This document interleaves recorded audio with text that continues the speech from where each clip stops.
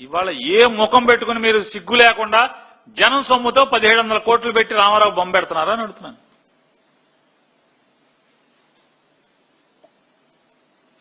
దాంట్లో పావలా వంతుతో రైతులకి రాళ్లు వేస్తే తప్పేంటి అని అడుగుతున్నాను. ప్రజలకు ఒక ఆత్మస్థైర్యంతో ఈ భూమి నాది అని చెప్పని ధైర్యంగా నిద్రపోయేటువంటి బతికేటువంటి అవకాశాన్ని జగన్మోహన్ రెడ్డి గారు ఒక ఆలోచన చేసి కల్పించి దాని మీద ఆ పథకం పేరు రాస్తే భయం, మీకు ఒళ్ళంతా చెమట్లు. జగన్ పేరు ఎప్పటికీ నిలిచి ఉండిపోతుందేమో, భూమి ఉన్నంత వరకు జగన్ పేరు నిలబడుతుందేమో అని అంటారు.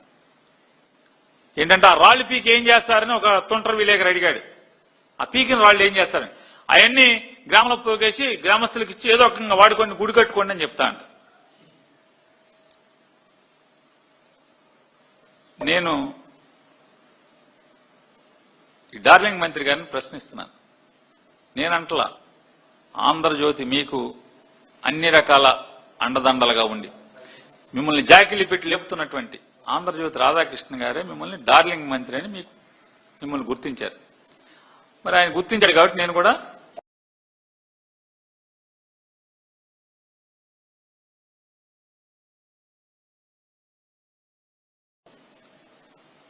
మీరేదైతే ఈ రాళ్లు జగన్ రాళ్లు అంటున్నారో ఆ రాళ్లే మీకు రాజకీయ సమాధి కాబోతాయని చూసుకోండి ఒకసారి.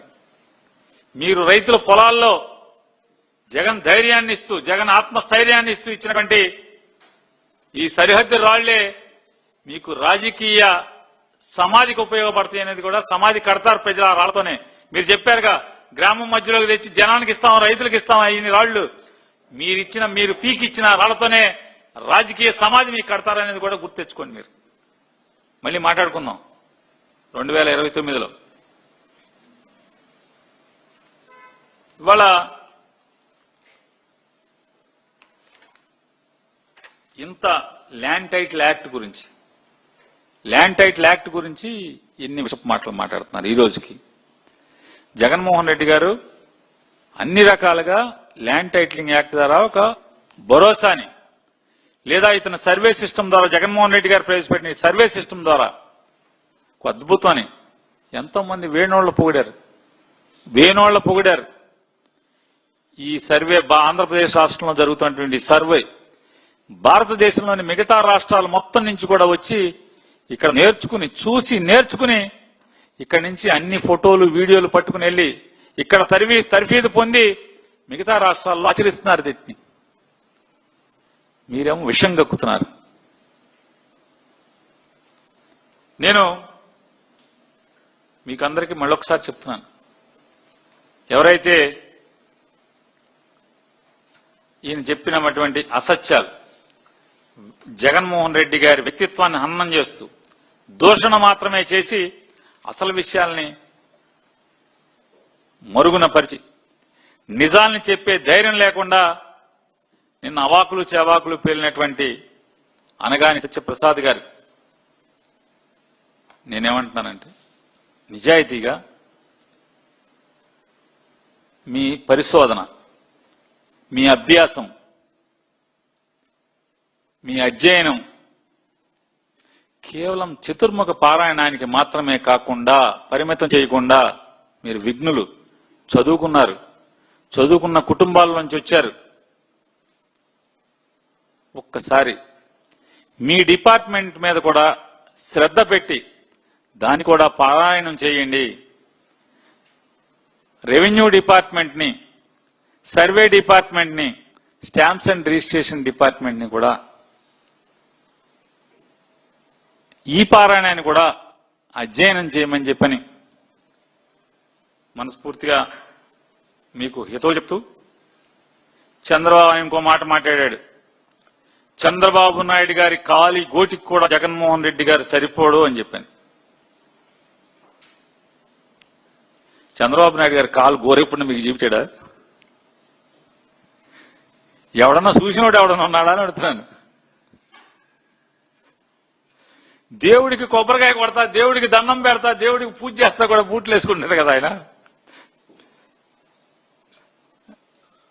జగన్మోహన్ రెడ్డి గారి కంటే పెద్ద గోర అయింది అంటే మామూలుగా ఆయన సైజు జగన్ గారి సైజు కంటే కూడా అంత పెద్ద గోర ఉందా అంటున్నాను. అంటే బూట్లో దాన్ని మడతేసి కడతారండి ఆయన గోరుని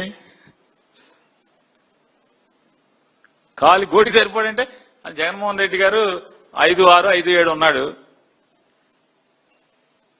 5'6", 5'7" ఉన్నట్టున్నాడు. జగన్మోహన్ రెడ్డి గారి కంటే అంటే ఇది 6 అడుగులు ఉందా చంద్రబాబు నాయుడు గారి గోరు?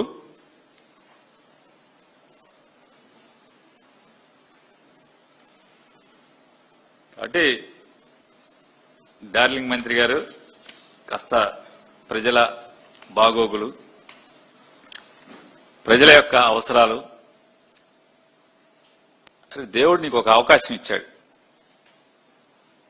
జగన్ గారు మడిగట్టు కూర్చుని ఆ పాతి కొట్టనన్నాడు కాబట్టి నీకు అదృష్టవశాత్తు మంత్రి అయ్యో, తప్పేం లేదు.